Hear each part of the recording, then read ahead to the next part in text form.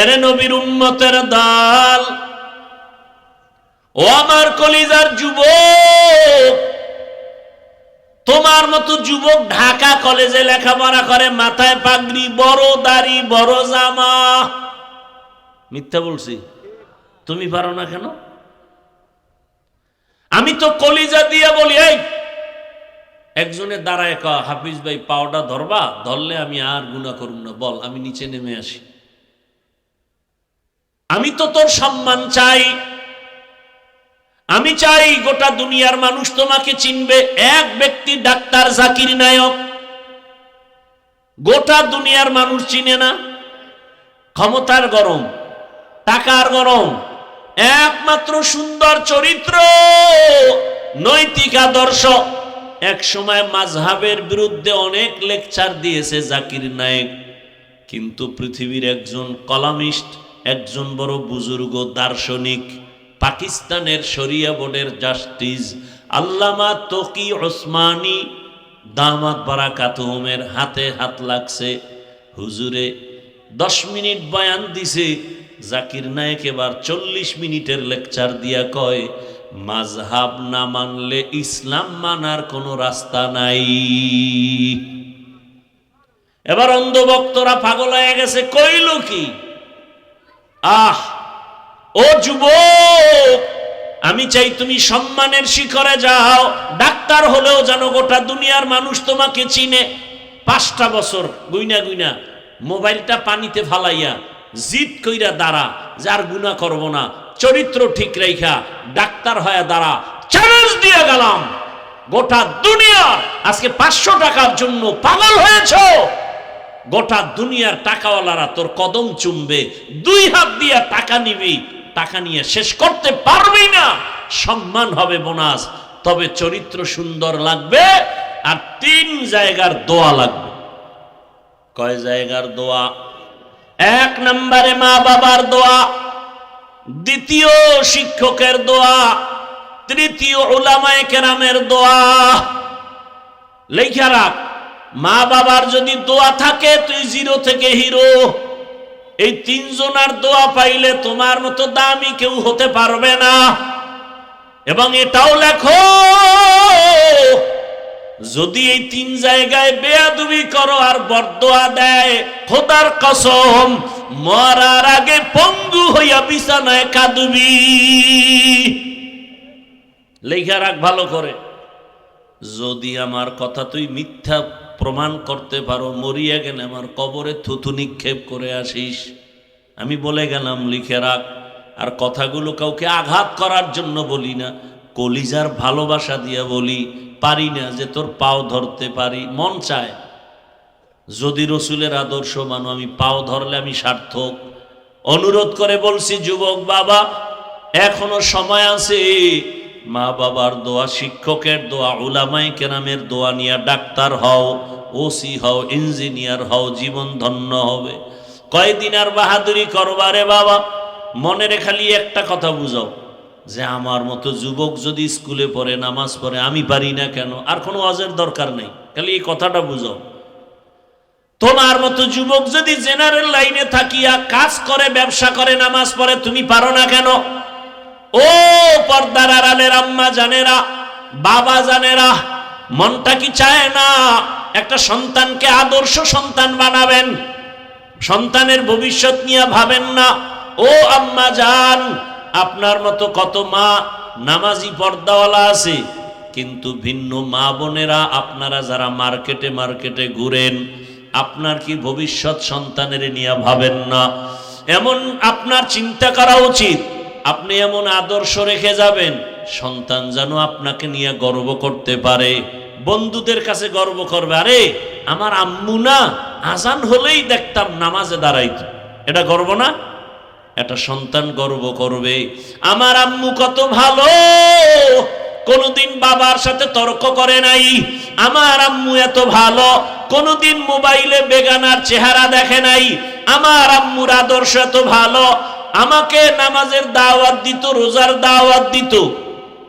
আমাকে আমার আম্মুজান বারবার বলতো, মিথ্যা বলবি না, গালি দিবি না, গীবত করবি না, আলেম ওলামার দোয়া নিয়ে চলবি। আমার আম্মু কোনোদিন মোবাইলে সময় নষ্ট করে নাই, আমার আম্মু মোবাইলে নাটক দেখে নাই। ও আম্মা জান, আপনার সন্তানের জন্য কত বড় গর্বের বিষয়। ও আব্বা জানেরা, আপনারও চিন্তা করা উচিত, সন্তান যেন আপনার আদর্শ পেয়ে গর্ব করে, গোপনে গোপনে দোয়া করে। আমার আব্বুকে দেখলাম কোনোদিন আমার আম্মুরে গালি দেয় নাই, আমার আম্মুর সাথে খারাপ আচরণ করে নাই। আমার আব্বুকে দেখেছি আমার আম্মুর কাজের সহযোগিতা করেছে। আমার আব্বু কখনো বেগানার চেহারা দেখে নাই, আমার আব্বু মোবাইলে সময় নষ্ট করে নাই। আপনি দোয়া পাবেন, সন্তানও ভালো হবে। আর যদি আপনার আদর্শ তো খারাপ হয়, সন্তান তো পরবর্তীতে বলবে আর চোখের পানি ফেলবে আর বলবে, আরে আমার মা বাবাই তো ভালো ছিল না, আমি কেমনে ভালো হব। আমার মাকে দেখতাম বাবার সাথে খারাপ ব্যবহার করে, আমার মা সারাদিন মার্কেটে দেখতাম ঘুরে, আমার আম্মুকে দেখতাম মোবাইলে গান বাজনা দেখে। আমার বাবার চরিত্র বেশি ভালো ছিল না, বেগানার চেহারা দেখতো, নাটক দেখতো, মোবাইল নিয়ে পড়ে থাকতো। আমার বাবা নামাজ নাই, রোজা নাই, তেলাওয়াত নাই, আমার বাবার চরিত্র বড় খারাপ ছিল। এই সন্তান ধিক্কার জানাবে। আব্বা আম্মা জানেরা, এখনো সময় আছে, তওবা করেন, জীবনে আর গুনাহ করবেন না। আদর্শ সন্তানের বাবা মা হয়ে কবরে যাবেন। ও যুবক, তুমি আজকে এখানে জিন্দা বসে আছো, গ্যারান্টি আছে কালকে সুস্থ থাকবা? রাতে তুমি বাসায় যাইয়া যখন ঘুমে পড়বা, মা যখন ডাকতে আসবে, ওঠো, যদি এমন হয় যে আজরাইল এসে তোমার রুহুটা নিয়ে যায়, মা তোমার শরীর টাচ করে দেখবে শক্ত বরফ হয়ে গেছে। মা চিল্লায় বলবে, সন্তানের বাবা দেখো, আমার কলিজার সন্তান আর দুনিয়ায় জিন্দা নাই। বাবাও কান্নায় ঢলে পড়বে, ইমাম সাহেবকে টেলিফোন করে বলবে, ইমাম সাহেব আমার সন্তান দুনিয়ায় নাই, জানাজা না পড়ায় কোথাও যাবেন না। আবার একদলকে কান্না করে বলবে, ও আমার আপনজনেরা তাড়াতাড়ি যা বাজারে কাফনের কাপড় নিয়ে আসো। কাউকে বলবে মসজিদের খাট নিয়ে আসো, কাউকে বলবে বাড়ির পেছনে বাঁশবাগানে কবর খনন কর, কাউকে বলবে আবার বাড়ির পেছনে গরম পানি কর, মশারি টানা। এরে যুবক, তুমি জানোনি তোমার আমার গায়ের গেঞ্জিটা বেলেট দিয়া কেটে কেটে রেখে দিবে, সাদা কাপনের প্যাকেট বানাইয়া। ওরে বাবা, গোসল শেষে যখন সাদা কাপড়ের প্যাকেট করবে, খাটিয়ার মধ্যে লাশটা উঠাইয়া জানাজার ময়দানে যখন নিবে, জানালা দিয়া তোমার মা বলবে, আমার বাবারে কই নাও। হাদিসের উপরে কয়েক মিনিট কথা বলি, খেয়াল করে শুনেন। আল্লাহর রসুল যখন হাদিস শুনাইলেন সাহাবায়ে কেরামদেরকে, আলা কুল্লুকুম রাঈন ওয়া কুল্লুকুম মাসউলুন আন রাইয়াতিহি, সাবধান হে উম্মত, তোমরা প্রত্যেকেই দায়িত্বশীল। আল্লাহর আদালতে দায়িত্বের কারণে জবাবদিহিতার কাঠগড়ায় দাঁড়াতে হবে। এই স্টেজে উঠান তো একজনে, সবাই দেন, সবাই হাত দেন, পকেটে হাত দেন, মুরব্বী সবাই সবাই দেন, স্টেজে যারা আছেন ধরেন, কেউ খালি ফিরাবেন না।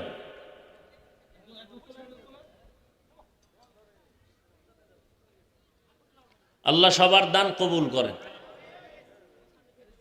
ভাই কথা বলেন কেন, আমি তো বুঝতেছি না কিছু।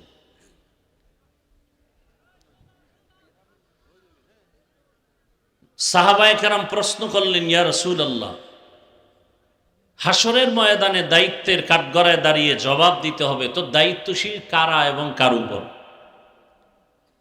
রহমতের নবী বললেন, অধীনস্থদের গার্ডিয়ান যিনি হবেন, অভিভাবক হবেন, তিনি দায়িত্বশীল অধীনস্থদের জন্য।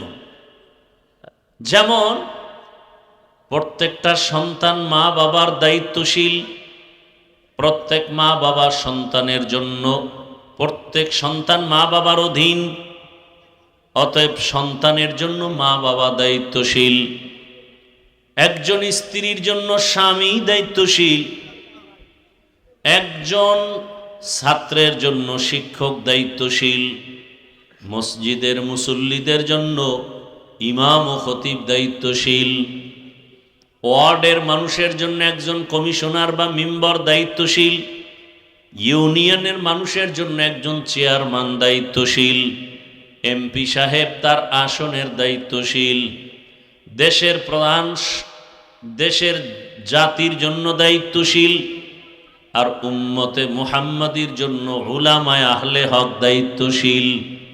আল্লাহ রসুল বললেন, এই যুবকেরা কথা বলো কেন?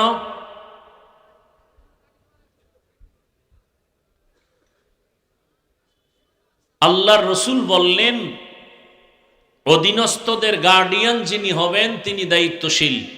আল্লাহর আদালতে অধীনস্থদের উপরে যে হক আছে তা আদায় হলো কিনা আল্লাহর আদালতে জবাব দিতে হবে।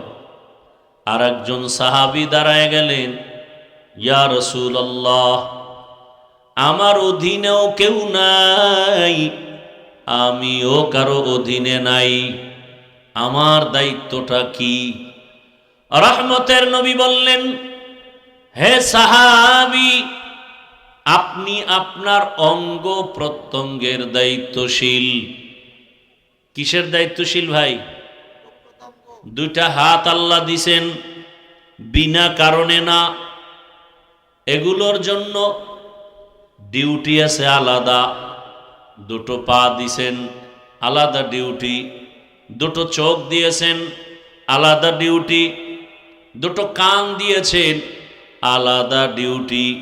কিয়ামতের ময়দানে আল্লাহ পাকের আদালতে এই অঙ্গ প্রত্যঙ্গগুলো সঠিকভাবে ডিউটি পালন করলো কিনা আল্লাহর আদালতে আপনাকে আমাকে জবাব দিতে হবে।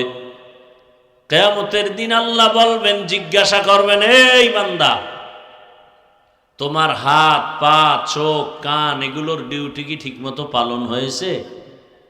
অনেক গুনাহগারেরা ভয়ে, আযাবের ভয়ে বলবে, হ্যাঁ হয়েছে। আল্লাহ তো জানেন মিথ্যা বলছে। আল্লাহ পাক সাথে সাথেই জিহ্বা বন্ধ করে হাতকে বলবেন, কথা বল। আল-ইয়াওমা নাখতিমু আলা আফওয়াহিহিম ওয়া তুকাল্লিমুনা আইদিহিম ওয়া তাশহাদু আরজুলুহুম وتشهد أرجلهم بما كانوا يكسبون দস্তগোয়াদ মঞ্চুনি দুজদিদাম লব্বগোয়াদ মঞ্চুনি বুসিদাম চশমগুয়াদ চিদাম গমজাহারাম গোশগুয়াদ চিদাম সমরুল কালাম।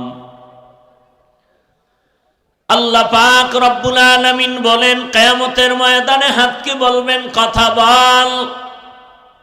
যেই হাত কখনো কথা বলতে পারে না, আল্লাহর কুদরতে হাত কথা বলবে। ও দয়ার মালিক, আমার যে ডিউটি তোমার বান্দা সঠিকভাবে পালন করে নাই, এই হাত দিয়া মা বাবার খেদমত করবে, করে নাই।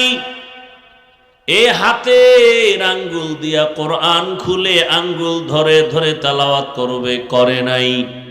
বরং এই হাতের কলম নিয়া গরিবের উপরে জুলুম করেছে। এই হাতের আঙ্গুল দিয়া মোবাইল হাতের মধ্যে নিয়া আলেম ইসলাম কোরআনের বিরুদ্ধে বিষোদ্গার করেছে। গীবতের পেছনে হাতকে ব্যবহার করেছে, লেখার মাধ্যমে মিথ্যা কথার পেছনে হাতকে ব্যবহার করেছে। আল্লাহ বলবেন, চোখ কথা বল। চোখ আল্লাহর আদালতে সাক্ষী দেওয়া শুরু করবেন, হে মালিক, এই চোখ দিয়া মা বাবার চেহারা দেখবে সওয়াব। বান্দা মা বাবার চেহারা ভালো নজরে দেখে নাই। এই চোখ দিয়া বাইতুল্লাহ দেখবে সওয়াব, এই বান্দা বাইতুল্লাহ দেখে নাই। এই চক্ষু দিয়া উলামায়ে কেরাম দেখবে সওয়াব, এই চোখ দিয়া উলামায়ে কেরাম দেখে নাই। এই চক্ষু দিয়া আল্লাহর কোরআন তাকায় তাকায় দেখবে, ভালোবাসার নজরে দেখে নাই। এই চোখ সারাটা রাত দরওয়াজা জানালা বন্ধ করে মোবাইল হাতে নিয়ে সারা রাত গুনার দিকে তাকায় তাকায় চোখের গুনাহ করেছে। আল্লাহর কাছে এভাবে পা সাক্ষী দিবে, হাত সাক্ষী দিবে। এজন্যই তো আল্লাহ পাক কোরআনে বলেছেন, বহু মা বাবা শুধু সন্তানের অন্যায়ের কারণে জাহান্নামে চলে যাবে। हकीकत से तू दुनिया बेखबर है, हकीकत से तू दुनिया बेखबर है, दुनिया की नुमाइश पर नजर है, नमी गुयम के अज दुनिया जुदाबाश बहर कारे के बाशी बा खुदाबाश। হ্যাঁ, কিয়ামতের ময়দানে হিসাব দেওয়ার জন্য সবাইকে রেডি থাকতে হবে। ও সন্তানের মা বাবা, সন্তানের হক আদায় করছেননি, আল্লাহর আদালতে জবাব দেওয়ার জন্য রেডি থাকেন। ও এলাকার স্বামী, স্ত্রীর হক আদায় করেছেননি, আল্লাহর আদালতে জবাব দেওয়ার জন্য রেডি থাকেন। ও মাদ্রাসার স্কুল কলেজের শিক্ষক, ছাত্রদের হক আদায় করছেননি, জবাব দেওয়ার জন্য রেডি থাকেন। ছাত্রদের উপরে কিসের হক? অনেক সময় বলতে গেলে ও মসজিদের ইমাম ও খতিব, মুসল্লিদের হক আদায় করছেননি, জবাব দেওয়ার জন্য রেডি থাকেন। আল্লাহ তাআলা কোরআনের ভিন্ন আয়াতে বলেন, ইয়া আইয়ুহাল্লাযীনা আমানু কু আনফুসাকুম ওয়া আহলিকুম নারা ওয়াকুদুহান নাসু ওয়াল হিজারা আলাইহা মালাইকাতুন গিলাযুন শিদাদুন লা ইয়াসুনাল্লাহা মা আমারাহুম ওয়া ইয়াফআলুনা মা ইউমারুন।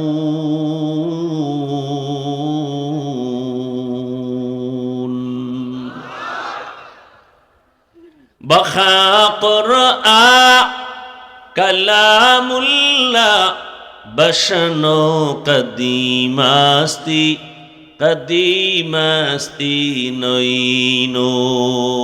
মনিটরের ভলিউমটা একটু বাড়াও। কি ঘুম আসতেছে না?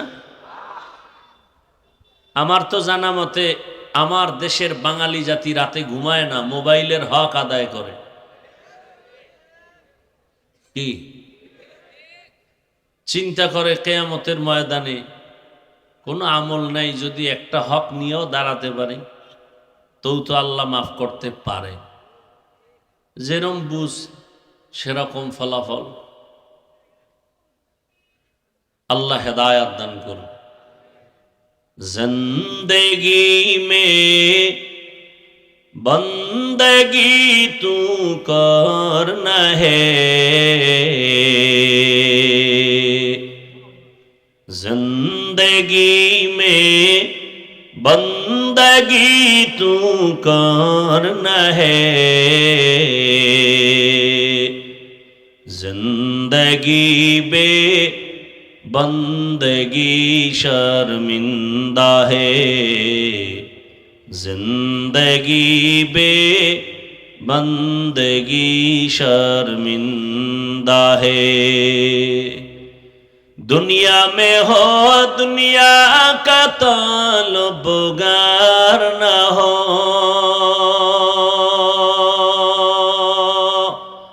बाजार से गुजर हो खरीदार न हो।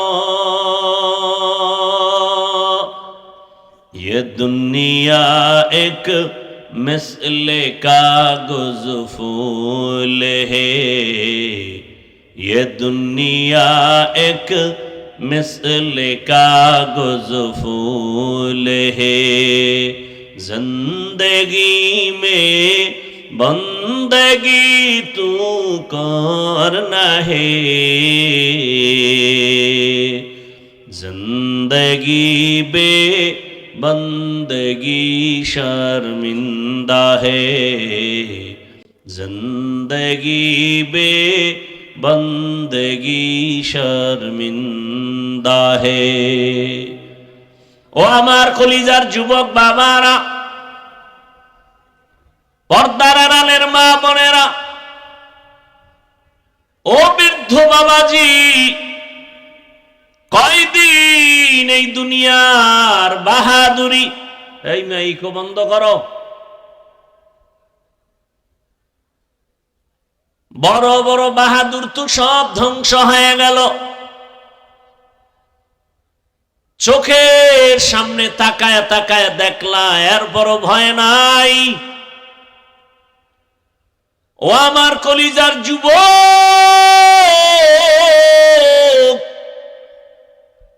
আমি তোমার পায়ে হাত রেখে বুঝাবার জন্য আসছি আঘাত করার জন্য আসি নাই ও যুবক বাবা তুমিও একটা যুবক তোমার লাইনে ওই ছেলেটা গোটা দুনিয়াটাকে আলোড়ন তৈরি করে রক্তের ফোঁটা জমিনে ফেলে এরপরে কবরে গেল গোটা দুনিয়াবাসীকে আলোড়ন করে গেল আর এই জানান দিয়া গেল টাকা দিয়া পশু কিনা যায় আর অমানুষরে টাকায় কিনা যায় আমি হাদি নামের যুবকের টাকায় কিনা যায় না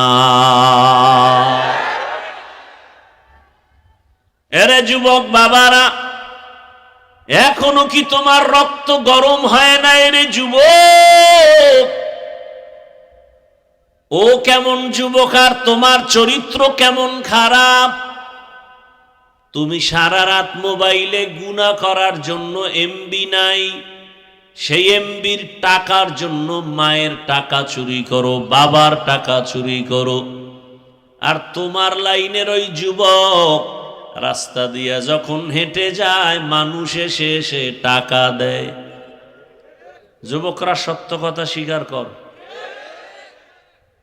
50,000 টাকার বান্ডিল এভাবে মানুষ দেয় মরার পরে তার অ্যাকাউন্ট চেক করা হলো কোটি কোটি টাকা আসছে অ্যাকাউন্টে তোমরাই সাক্ষী দাও তোমার ওই লাইনের যুবক কোনোদিন লাইভে এসে বলছিল আমারে টাকা দাও বলছে ও কেমন আর তোর চরিত্র এত খারাপ কেন 500 টাকার জন্য পাগল হয়ে গেছো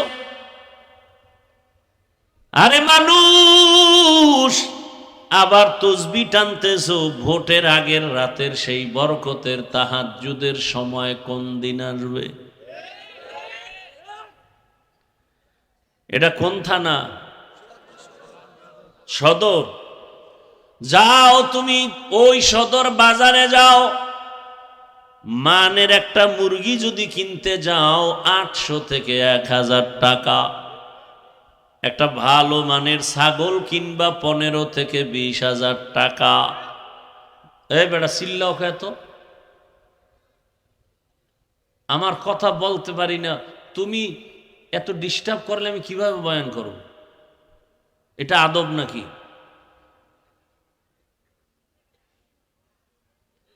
ভালো একটা মানের গরু কিনতে যাও কত কত ভাই 1 লাখ প্লাস বুঝেন একটা কথা কিন্তু আমি হাসির জন্য বলি না বুঝার মতো কথা বলতেছি হৃদয়ের চূড়ান্ত ভালোবাসা থেকে কথা বলতেছি বুঝাইতে পারি না কেন জানো আমাকে যদি 200 হাত লম্বা একটা তার দিয়ে মাইকের ফোন লাগায় দিতে পারতো মাইকওয়ালারা তাহলে এটারে বাদ দিয়া নিচে নাইমা সবার পাও ধরতাম আর মুখে বয়ান করতাম আর ঘুরতাম আর কইতাম রসুলের দাড়ি কেইটার কষ্ট দিস না নামাজ বাদ দিয়ে আমার আল্লাহরে আর কষ্ট দিও না আল্লাহর দেওয়া জমিনে আসছো আল্লাহর দেওয়া পানি আল্লাহর দেয়া বাতাস আল্লাহর দেয়া সূর্যের আলো চাঁদের আলো সব আল্লাহর দেওয়া ভোগ করো, জমিনের ফসল, গাছের ফল। আর সে আল্লাহর বিরোধিতা করো রে বাবা। একটা মুরগি কিনতে 1000, একটা ছাগল 20,000, একটা গরু 1,00,000। আর আমার সোনার বাংলার আশরাফুল মখলুকেরা ভোটের আগের রাত্রে বিক্রি হয় মাত্র 500 টাকা। তাহলে বোঝা গেল তুমি মুরগির দামের চেয়েও নিকৃষ্ট, তুমি ছাগলের চেয়েও খারাপ, তুমি গরুর চেয়েও খারাপ, তুমি শূকরের চেয়েও খারাপ, তুমি কুকুরের চেয়েও খারাপ। দলিল নাও। তুমি যে অমানুষ, তোমার জন্য যে জাহান্নাম। টাকায় পশু বিক্রি হয়, মানুষ বিক্রি হতে পারে না। এই প্রমাণ দিল তোমার যুবক। আর তুমি 500 টাকার জন্য পাগল হয়ে গেছো। আল্লাহ বলেন, এবার শুনো, 9 পারা সূরা আরাফ, ওয়ালাকাদ যারানা লিজাহান্নামা কাসীরাম মিনাল জিন্নি ওয়াল ইনসি লাহুম কুলুবুন লা ইয়াফকাহুনা বিহা ওয়ালাহুম আ'য়ুনুন লা ইউবসিরুনা বিহা ওয়ালাহুম আযানুন লা ইয়াসমাউনা বিহা উলাইকা কাল আনআমি বাল হুম আদাল উলাইকা হুমুল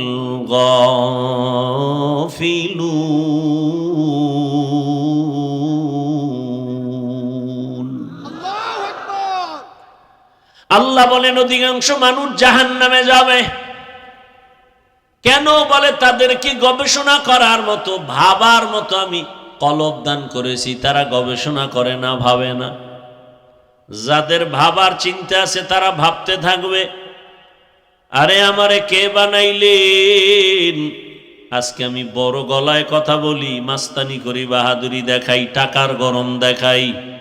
আরে তুমি কয় টাকার মালিক? তুমি তো নমরুদের থেকে বড় মাস্তান হতে পারো না। এই মাস্তান, তুমি তো ফেরাউনের থেকে বড় মাস্তান হতে পারো নাই, সাদ্দাদের থেকে বড় মাস্তান হতে পারো নাই, গাদ্দাফির থেকে বড় মাস্তান হতে পারো নাই, আবু জাহালের থেকে বড় মাস্তান হতে পারো নাই, তুমি আবু লাহাবের থেকে বড় মাস্তান হতে পারো নাই।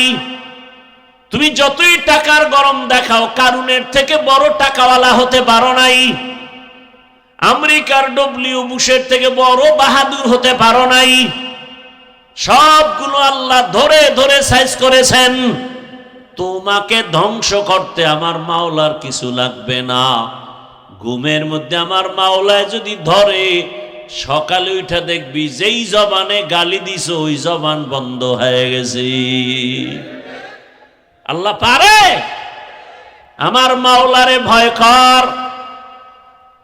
আমার এই বাংলাদেশে যত ঝামেলা দেখো, একমাত্র কারণ আমার দেশের ওলামায়ে কেরামের সাথে বেয়াদবি করার ফলাফল। ও যুবক, জীবনে কিছু করো বা না করো, সাবধান। মানুষের জীবনের সব থেকে বড় দামি গুণের নাম হলো আদব। যত বড় এলেমওয়ালা হই না কেন, ডিগ্রিদারি হই না কেন, টাকাওয়ালা হই না কেন, আদব যদি না থাকে দুনিয়াতেও সম্মান নাই, আখিরাতেও সম্মান নাই। ও আল্লাহর বান্দারা, বড় দুঃখ, আল্লাহ পাক রব্বুল আলামিন গবেষণা করার মতো মেধা দান করেছেন, মানুষকে আর কাউকে দেন নাই। মানুষ গবেষণা করবে। এই যে একটা প্যান্ডেল বানাইলো, কতগুলো খুঁটি লাগাইলো, অথচ এর থেকে কত কোটি গুণ বড় ওই আসমান, একটা না 7টা। উপর থেকে কোনো রশির টানাও নাই, নিচের থেকে একটা খুঁটিও নাই। বিগাইরি আমাদিন তারাউনাহা। আমার মাওলা যে কেমন দয়ার মালিক, ওই মাওলারে চিনলেন রে বাবা। আজকে টাকার মালিক, তোমার কি মনে নাই তুমি তোমার শিশু বাচ্চার মতো অবুঝ ছিলা? মনে আছে কি ভাই, মনে আছে? আমরা কিন্তু এক সময় অস্তিত্বহীন ছিলাম, দাঁড়াইতেও পারি না, হাঁটতেও পারি না, মাকে বলতেও পারি না আম্মু আমার ক্ষুধা লাগছে খানা দাও। ওই সময় কিন্তু তোমার আমার পুঁজি ছিল শুধু কান্না কান্না কান্না। কান্নার কারণে মা বুঝতেন বাচ্চা কাঁদে কেন, বোধহয় ক্ষুধা লাগছে। আর কেউ বুঝে না, কে বুঝতেন? আমার কান্না দেখে মা বুঝতেন এখন আমার গরম লাগে, পাখার দরকার। আমার কান্না দেখে আমার মা বুঝতেন, আমার বাবাও বুঝে নাই। বাবা কয় বাচ্চা কাঁদে কেন, ক্ষুধা লাগছে খানা দাও। মা কয় 5 মিনিট আগে দিছি তো, কাঁদে কেন? আম্মা জান বলে বাচ্চারা ঘুমের আগে কাঁদে, এখন ওর কান্না হলো ঘুমের কান্না। সেখান থেকে আমার আল্লাহ হাঁটার শক্তি দিলেন, কথা বলার শক্তি দিলেন। আজকে বাড়ির মালিক, গাড়ির মালিক। আজ আমার সন্তান, আমার স্ত্রী, আমার ক্ষমতা কে দিছে? ও বাবা, এগুলি পাইয়া ভুইলা যাইও না, গবেষণা কইরা চিন্তা করা দরকার। বাড়ির মালিক আমারে কে বানাইলেন, তারে তো চিনলাম না। স্ত্রীর মালিক আমাকে কে বানাইলেন, তারে চিনলাম না। সন্তানের মালিক আমাকে কে বানাইলেন, তাকে চিনলাম না। ওই আসল মালিকের না চিনলে তো আমি জাহেল, বড় মূর্খ হয়ে গেলাম। এরে নবীর উম্মতের দল, ও যুবক বাবারা, তোমার ওই যুবকের তেজস্বী সততা দেখাও কি তোমার দিল কাঁদে না? আরে মনে শখ লাগে মানুষের, এরে দাড়ি কাটলে না জানি একটু মজা লাগে। আচ্ছা কাটছো তো, এবার তওবা করো। তোমার মনে আশা জাগছে পার্কে পার্কে ঘুরলে মজা, অনেক দিন তুমি ঘুরছো, এবার তওবা করো। মনে তোমার আশা সারা রাত মোবাইল চালাইলে কি না জানি মজা, এবার তওবা করো। এরে নবীর উম্মতের দল, অনুরোধ করে বলছি রে বাবা, কয়দিন আর বাহাদুরি করবা? তোমার চোখের সামনে তাকায় দেখো না, গাড়ির চাকার তলে যুবকের লাশ, ঘুমের বিছানায় যুবকের লাশ, নদীর মধ্যে পানির ভেতরে যুবকের লাশ। ও যুবকেরা বলো, ঘুমের মাঝে কেউ মরে না? তুমি যদি মরিয়া যাও, কালকে তোমার লাশ কবরে একদিন হয়ে যাবে। ও যুবক বাবা, ও পর্দার আড়ালের আম্মা জানেরা, আমার আল্লাহর ভয়ের জন্য আল্লাহ বলেন আমাকে ভয় করো। আমার ভয়ের নাম তাকওয়া। ভয় করার মতো ভয় করো। মুসলমান না হইয়া কেউ কবরের দিকে রওনা দিও না। এজন্যই তো ওলামায়ে কেরাম বলেন, বক্তা হইছি, মাওলানা হইছি, কিন্তু এখনো খাঁটি মুসলমান হতে পারি নাই। মুসলমান তো জবানে গালি দিতে পারে না, মুসলমান তো জবানে গীবত করতে পারে না, মুসলমান তো ওই জবানে মিথ্যা বলতে পারে না, মুসলমান তো কারো ক্ষতি করতে পারে না, মুসলমান ইচ্ছা করিয়া কারো অপমান করতে পারে না। আল্লাহর রাসূল বলেন, খায়রুন নাস মান ইয়ানফাউন নাস, ভালো মানুষ ওই ব্যক্তি যার দ্বারা অন্যের উপকার হয়, ক্ষতি হয় না।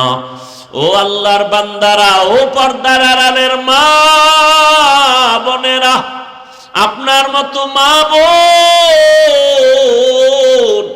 এই এলাকায় এখনো আছে, 5 ওয়াক্ত নামাজ পড়ে, স্বামীর মাল হেফাজত করে, বেপরদায় চলে না। আপনারা একটু জবাব দেন, এরকম মাই এলাকায় আসেনি? যুবকেরা সত্য কথা মানো আর না মানো, স্বীকার করো, তোমার মতো যুবক স্কুলে পড়ে, কলেজে পড়ে, 5 ওয়াক্ত নামাজি আসেনি? তোমার কপাল কেন এত খারাপ? তুমি কেন নামাজ আদায় করতে পারো না? তোমার মতো যুবক র্যাব, আর্মি, পুলিশ, বিডিআরের চাকরি করে, নামাজি নাই, তুমি কেন পারো না? তোমার মতো যুবক নদীর মধ্যে মাছ ধরে, কৃষি কাজ করে, রাস্তায় গাড়ি চালায়, 5 ওয়াক্ত নামাজ পড়ে, তোমার অন্তরকে প্রশ্ন করো, তুমি পারো না কেন? আমার মাওলার কোরআনটা কি মিথ্যা মনে করেছো? যদি বলো হ্যাঁ, তো একটা প্রমাণ দে, খোদার কসম, কোরআনের একটা ভুল বের করে দেখায়, এখন আমি দাড়ি কেটে ফেলবো। আর আল্লাহকে ডাকবো না, কারণ আমার আল্লাহ একজন আছেন, জান্নাত আছে, জাহান্নাম আছে, ইসলাম আছে, সব কিছুর মূল দলিল কোরআন। ওই কোরআনে যদি ভুল থাইকা যায় সব ভুল। কিন্তু তুমি কেন ১৫০০ বছর পর্যন্ত বহু বাহাদুরেরা আল্লাহর কোরআনের ভুল বের করার অপচেষ্টা কম করে নাই? আজও পর্যন্ত একটা ভুল বের করতে পারে নাই, বরং এই কোরআনের কাছে আইসা মাথা নত করে কালেমা পড়ছে। ও যুবকের একটু জবাব দাও, কোরআনের ভিতরে কি জান্নাতের বয়ান আছে? মিথ্যা বইল না, আছে। কোরআনের ভেতরে কি জাহান্নামের বয়ান আছে? কে জান্নাতে যাবে কে জাহান্নামে যাবে তাও বয়ান আছে। ইন্নাল আবরারা লাফি নাঈম ওয়া ইন্নাল ফুজ্জারা লাফি জাহিম। নেক আমলওয়ালারা জান্নাতের পথিক, গুনাহগার যারা তারা জাহান্নামের পথিক। ও যুবক, আমি কিন্তু একবারও বলি নাই আমার মতো হুজুর হও, স্কুলে তালা দাও, মাদ্রাসায় যাও, একবারও বলি নাই রে বাবা। আমার দেশে মাওলানা মুফতি মুহাদ্দিসের আলহামদুলিল্লাহ অভাব নাই। কি ভাই, অভাব আছে? নাই। আবার মাওলানা বানানের বয়ান করনেওয়ালারও অভাব নাই।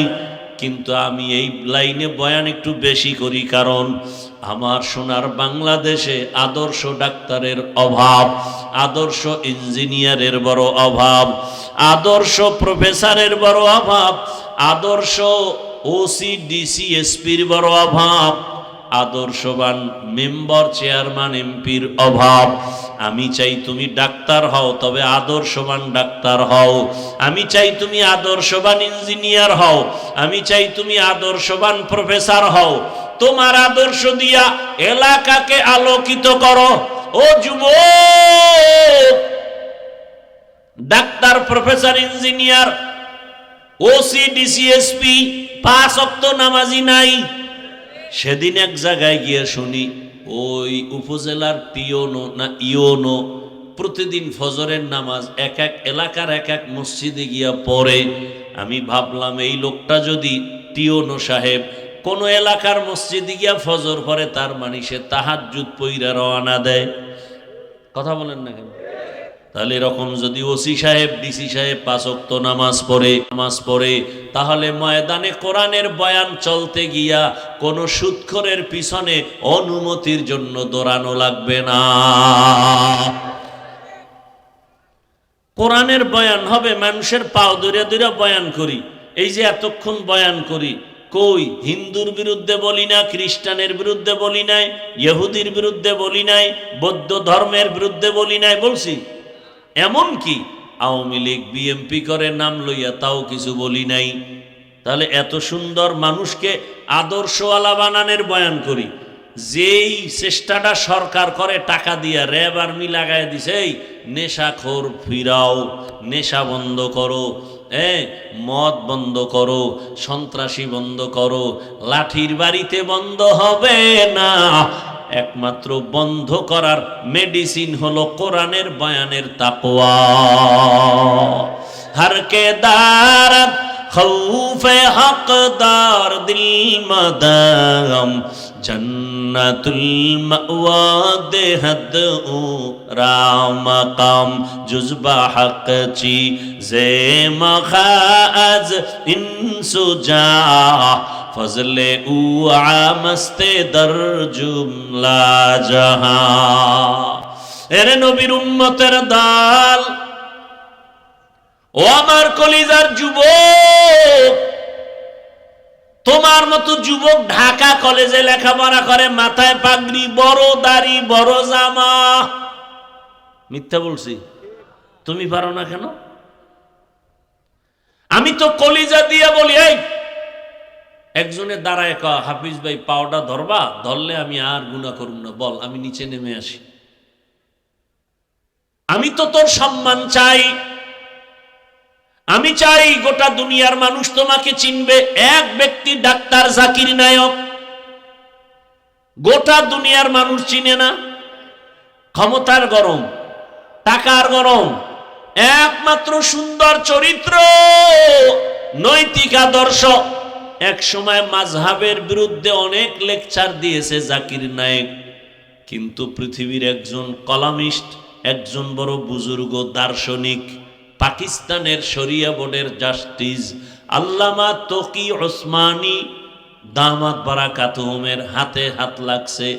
হুজুরে 10 মিনিট বয়ান দিছে, জাকির নায়েক এবার 40 মিনিটের লেকচার দিয়া কয়, মাযহাব না মানলে ইসলাম মানার কোনো রাস্তা নাই। এবার অন্ধভক্তরা পাগল হয়ে গেছে, কইল কি? ও যুবক, আমি চাই তুমি সম্মানের শিখরে যাও, ডাক্তার হলেও যেন গোটা দুনিয়ার মানুষ তোমাকে চিনে। 5টা বছর গুইনা গুইনা মোবাইলটা পানিতে ফালাইয়া জিদ কইরা দাঁড়া, যার গুনাহ করব না, চরিত্র ঠিক রাইখা ডাক্তার হয়ে দাঁড়া। চ্যালেঞ্জ দিয়ে গেলাম, গোটা দুনিয়া আজকে 500 টাকার জন্য পাগল হয়েছ, গোটা দুনিয়ার টাকাওয়ালারা তোর কদম চুমবে, 2 হাত দিয়ে টাকা নিবি, টাকা নিয়ে শেষ করতে পারবি না। সম্মান হবে বোনাস, তবে চরিত্র সুন্দর লাগবে, আর 3 জায়গার দোয়া লাগবে। কয় জায়গার দোয়া? 1 নম্বরে মা বাবার দোয়া, দ্বিতীয় শিক্ষকের দোয়া, তৃতীয় উলামায়ে কেরামের দোয়া। লেখা রাখ, মা বাবার যদি দোয়া থাকে তুই 0 থেকে হিরো। এই 3 জনের দোয়া পাইলে তোমার মতো দামি কেউ হতে পারবে না। এবং এটাও লেখো, যদি এই 3 জায়গায় বেয়াদবি করো আর বরদোয়া দেয়, খোদার কসম মরার আগে পঙ্গু হইয়া বিছানায় কাঁদবি। লেখা রাখ ভালো করে, যদি আমার কথা তুই মিথ্যা প্রমাণ করতে পারো, মরিয়া গেলে আমার কবরে থুতু নিক্ষেপ করে আসিস। আমি বলে গেলাম, লিখে রাখ। আর কথাগুলো কাউকে আঘাত করার জন্য বলি না, কলিজার ভালোবাসা দিয়া বলি। পারি না যে তোর পাও ধরতে পারি, মন চায় যদি রসুলের আদর্শ মানো, আমি পাও ধরলে আমি সার্থক। অনুরোধ করে বলছি, যুবক বাবা, এখনো সময় আছে। মা বাবার দোয়া, শিক্ষকের দোয়া, উলামায়ে কেরামের দোয়া নিয়ে ডাক্তার হও, ওসি হও, ইঞ্জিনিয়ার হও, জীবন ধন্য হবে। কয়দিন আর বাহাদুরি করবারে বাবা? মনের খালি একটা কথা বুঝাও, যে আমার মতো যুবক যদি স্কুলে পড়ে, নামাজ পড়ে, আমি পারি না কেন? আর কোনো ওয়াজের দরকার নেই, খালি এই কথাটা বুঝাও। তোমার মতো যুবক যদি জেনারেল লাইনে থাকিয়া কাজ করে, ব্যবসা করে, নামাজ পড়ে, তুমি পারো না কেন? ও পর্দার আড়ালের আম্মা জানেরা, বাবা জানেরা, মনটা কি চায় না একটা সন্তানকে আদর্শ সন্তান বানাবেন? সন্তানের ভবিষ্যৎ নিয়ে ভাবেন না? ও আম্মা জান, আপনার মতো কত মা নামাজি পর্দাওয়ালা আছে, কিন্তু ভিন্ন মা বোনেরা আপনারা যারা মার্কেটে মার্কেটে ঘুরেন, আপনার কি ভবিষ্যৎ সন্তানের নিয়ে ভাবেন না? এমন আপনার চিন্তা করা উচিত, আপনি এমন আদর্শ রেখে যাবেন, সন্তান যেন আপনাকে নিয়ে গর্ব করতে পারে, বন্ধুদের কাছে গর্ব করবে, আরে আমার আম্মু না আজান হলেই দেখতাম নামাজে দাঁড়াইতো। এটা গর্ব না? একটা সন্তান গর্ব করবে, আমার আম্মু কত ভালো, কোনদিন বাবার সাথে তর্ক করে নাই, আমার আম্মু এত ভালো, কোনদিন মোবাইলে বেগানার চেহারা দেখে নাই, আমার আম্মুর আদর্শ এত ভালো, আমাকে নামাজের দাওয়াত দিত, রোজার দাওয়াত দিত। আমাকে আমার আম্মু জান বারবার বলতো, মিথ্যা বলবি না, গালি দিবি না, গীবত করবি না, আলেম ওলামার দোয়া নিয়ে চলবি। আমার আম্মু কোনোদিন মোবাইলে সময় নষ্ট করে নাই, আমার আম্মু মোবাইলের নাটক দেখে নাই। ও আম্মা জান, আপনার সন্তানের জন্য কত বড় গর্বের বিষয়। ও আব্বা জানেরা, আপনারও চিন্তা করা উচিত, সন্তান যেন আপনার আদর্শ পেয়ে গর্ব করে, গোপনে গোপনে দোয়া করে। আমার আব্বুকে দেখলাম কোনোদিন আমার আম্মুরে গালি দেয় নাই, আমার আম্মুর সাথে খারাপ আচরণ করে নাই। আমার আব্বুকে দেখেছি আমার আম্মুর কাজের সহযোগিতা করেছে, আমার আব্বু কখনো বেগানার চেহারা দেখে নাই, আমার আব্বু মোবাইলে সময় নষ্ট করে নাই। আপনি দোয়া পাবেন, সন্তানও ভালো হবে। আর যদি আপনার আদর্শ তো খারাপ হয়, সন্তান তো পরবর্তীতে বলবে আর চোখের পানি ফেলবে আর বলবে, আরে আমার মা বাবাই তো ভালো ছিল না, আমি কেমনে ভালো হব? আমার মাকে দেখতাম বাবার সাথে খারাপ ব্যবহার করে, আমার মা সারাদিন মার্কেটে দেখতাম ঘুরে, আমার আম্মুকে দেখতাম মোবাইলে গান বাজনা দেখে, আমার বাবার চরিত্র বেশি ভালো ছিল না, বেগানার চেহারা দেখতো, নাটক দেখতো, মোবাইল নিয়ে পড়ে থাকতো, আমার বাবা নামাজ নাই, রোজা নাই, তেলাওয়াত নাই, আমার বাবার চরিত্র বড় খারাপ ছিল। এই সন্তান ধিক্কার জানাবে। আব্বা আম্মা জানেরা, এখনো সময় আছে, তওবা করেন, জীবনে আর গুনাহ করবেন না, আদর্শ সন্তানের বাবা মা হয়ে কবরে যাবেন। ও যুবক, তুমি আজকে এখানে জিন্দা বসে আছো, গ্যারান্টি আছে কালকে সুস্থ থাকবা? রাতে তুমি বাসায় যাইয়া যখন ঘুমে পড়বা, মা যখন ডাকতে আসবে, ওঠো, যদি এমন হয় যে আজরাইল এসে তোমার রুহুটা নিয়ে যায়, মা তোমার শরীর টাচ করে দেখবে শক্ত বরফ হয়ে গেছে, মা চিল্লায় বলবে, সন্তানের বাবা দেখো, আমার কলিজার সন্তান আর দুনিয়ায় জিন্দা নাই। বাবাও কান্নায় ঢলে পড়বে, ইমাম সাহেবকে টেলিফোন করে বলবে, ইমাম সাহেব, আমার সন্তান দুনিয়ায় নাই, জানাজা না পড়ায় কোথাও যাবেন না। আবার একদলকে কান্না করে বলবে, ও আমার আপনজনেরা, তাড়াতাড়ি যা বাজারে কাফনের কাপড় নিয়ে আসো। কাউকে বলবে মসজিদের খাট নিয়ে আসো, কাউকে বলবে বাড়ির পেছনে বাঁশবাগানে কবর খনন কর, কাউকে বলবে আবার বাড়ির পেছনে গরম পানি কর, মশারি টানা। এরে যুবক, তুমি জানোনি তোমার আমার গায়ের গেঞ্জিটা বেলেট দিয়া কেটে কেটে রেখে দিবে, সাদা কাপনের প্যাকেট বানাইয়া। ওরে বাবা, গোসল শেষে যখন সাদা কাপড়ের প্যাকেট করবে, খাটিয়ার মধ্যে লাশটা উঠাইয়া জানাজার ময়দানে যখন নিবে, জানালা দিয়া তোমার মা বলবে, আমার বাবারে কই নাও, বলবে জানাজা দিয়া কবরে রাখার জন্য যাই। মা বলবে, আমার বাবারে আর জীবনে দুজি দেখবো না, বিদায় বেলা কাফনের মুখটা খুলে একটু আমার চেহারাটা বাবার দেখায় যাও। যেই বাবা আমারে আম্মু বলে ডাক দিলে কলিজা ঠান্ডা হয়ে যাইতো, আর বুঝি আমারে আম্মু বলে ডাকবে না। ও যুবক, তোমারে কবরে যখন রাখিয়া সবাই চলে যাবে, কেউ নাই, ঘরে গিয়া সবাই গল্প করবে, কেউ কান্না করবে। ওই কবরে যদি দাড়ি ছাড়া চলিয়া যাও, আল্লাহ না করুন যদি বেনামাজি অবস্থায় আজরাইলের হাতে ধরা পড়ে কবরে যাও, আমার আল্লাহর রাসূল বলেন, আমার আল্লাহ রাগ হয়ে যাবেন। আল্লাহ পাক বলবে, কবরের ফেরেশতারাই নাফরমান বেনামাজিকে ধর, কবরে জাহান্নামের আগুন জ্বালায়া দাও। আর আল্লাহ বলবেন, কবরের মাটি এই গুনাহগার বেনামাজিকে দুই দিক থেকে জোরে জোরে চাপ দাও। এত জোরে চাপ দিবে, ওসমান রাদিয়াল্লাহু আনহু জান্নাতের সুসংবাদ পাইয়া কবরের ভয়ে কাঁদলেন কেন? ওমরে ফারুক রাদিয়াল্লাহু তাআলা আনহু কবরের ভয়ে কাঁদলেন কেন? আবু বকর সিদ্দিক রাদিয়াল্লাহু তাআলা আনহু কবর হাসরের আযাবের ভয়ে কাঁদলেন কেন? ও আল্লাহর বান্দারা, ওই কবরের আযাব সত্য, গুনাহ নিয়ে গেলে উপায় নাই, এখনো সময় আছে, তওবা করে নাও।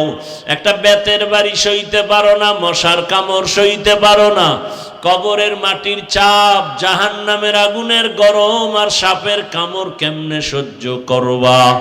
তওবা করো আর আমার আল্লাহকে মনে মনে গোপনে ডাক দাও, হে আল্লাহ, আর গুনাহ করব না, দাড়ি কাটবো না, বেপরদায় চলবো না, মা বাবার সাথে বেয়াদবি করব না, ওলামায়ে কেরামের দোয়া নিয়া, পরামর্শ নিয়া, শিক্ষকের দোয়া নিয়া, নবীজির সুন্নত অনুযায়ী জীবন চালাবো।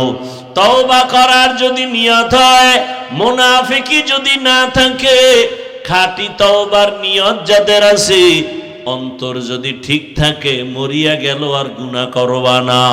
তওবার নিয়ত যদি থাকে, মা বোনেরা, বৃদ্ধ বাবাজিরা সহ দুটো হাত আমার আল্লাহকে দেখাইয়া দাও। আয় আল্লাহ আমাদের হাতগুলো কবুল করে নেন, তওবা কবুল করে নেন, তওবার উপরে মজবুত হইয়া চলার তৌফিক দান করেন, আমিন। আলহামদুলিল্লাহি রাব্বিল আলামিন। والصلاة والسلام على سيد الأنبياء والمرسلين وعلى آله وأصحابه أجمعين يا أرحم الراحمين يا أرحم الراحمين يا أرحم الراحمين رب ارحمهما كما ربياني صغيرا اللهم إنك عفو كريم تحب العفو فاعف عنا اللهم إنا نسألك رضاك والجنة ونعوذ بك من سخطك والنار اللهم إنا نعوذ بك من البرص والجنون والجذام وسيء الأسقام اللهم ارحمني بترك المعاصي আয় আল্লাহ কুদরতের নজর দিয়া তাকায় দেখেন। আয় আল্লাহ কত উলামায়ে কেরাম, কত মুরব্বী হাজী সাহেব, কত ব্যবসায়ী চাকরিজীবী, পর্দার আড়ালের কত মা বোনেরা হাত তুলছেন, কত যুবক আমার ছাত্র বাবারা হাত তুলছেন। আমরা সবাই গুনাহগার, তওবার নিয়তে হাত তুলেছি, আর গুনাহ করব না রে মাওলা। মেহেরবানি করে আমাদের গুনাহ মাফ করে দেন, তওবা কবুল করে নেন, গুনাহমুক্ত জীবন দান করেন, নবীজির সুন্নাতওয়ালা জীবন দান করেন, নবীজির রওজা মুবারক বাইতুল্লাহ জিয়ারতের জন্য কবুল করে নেন। আয় আল্লাহ সারা দুনিয়াবাসীকে মাফ করে দেন। আয় আল্লাহ প্রবাসীদেরকে হেফাজত করেন, বাংলাদেশ ইসলামের জন্য কবুল করে নেন। মা বোনদের আবেদা পর্দাওয়ালা বানায় দেন, সন্তানগুলো নেককার বানায় দেন। আয় আল্লাহ পরীক্ষার্থীদেরকে কামিয়াবি দান করেন। আয় আল্লাহ আমার কলিজার যুবকদের দ্বীনের খাদেম বানায় দেন। রব্বুল আলামিন মোবাইলের গুনাহ থেকে আমাদের হেফাজত করেন। আয় আল্লাহ বাতিলের মোকাবেলায় বিজয় দান করেন, বাতিলকে বাতিলের দ্বারা দমন করে দেন, বাতিলকে বাতিলের দ্বারা দমন করে দেন। আয় আল্লাহ আদওয়ালা বিনয়ী জিন্দেগি দান করেন। আয় আল্লাহ বেয়াদবির থেকে হেফাজত করেন, সাবিরিন শাকিরিন জাকিরিনদের অন্তর্ভুক্ত বানায় দেন। আয় আল্লাহ চলার